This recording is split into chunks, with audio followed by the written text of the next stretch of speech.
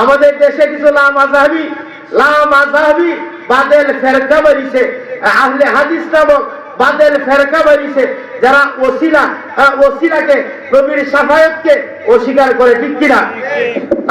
তাদের কিছু কর্মসূচি শুরু হবে কিছুদিনের মধ্যেই, দেখবেন ইউটিউবে মিডিয়াতে বৈশা 8 টাকার তারাবির দালালি শুরু করবে, ঠিক কিনা?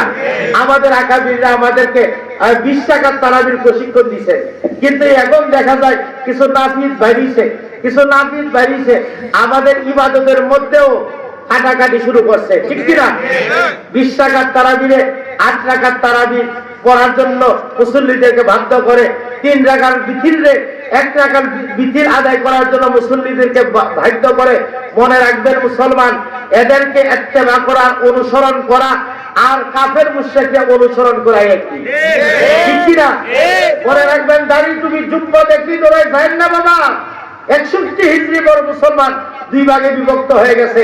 আমার ইমামের বুকে পয়সা যারা গলায় চুরি চালাইছে, তারা কি হাফেজ ছিল না? তারা কি শায়েখ ছিল না? তারা কি মুফতি মুহাদ্দিস ছিল না? আমার ইমামের তাবুতে মাত্র 72 জন ছিল, আর তাদের তাবুতে ছিল 22,000। 72 জনের অনুসারী যদি এতগুলা হয়, 22,000 অনুসারী আছে কিনা?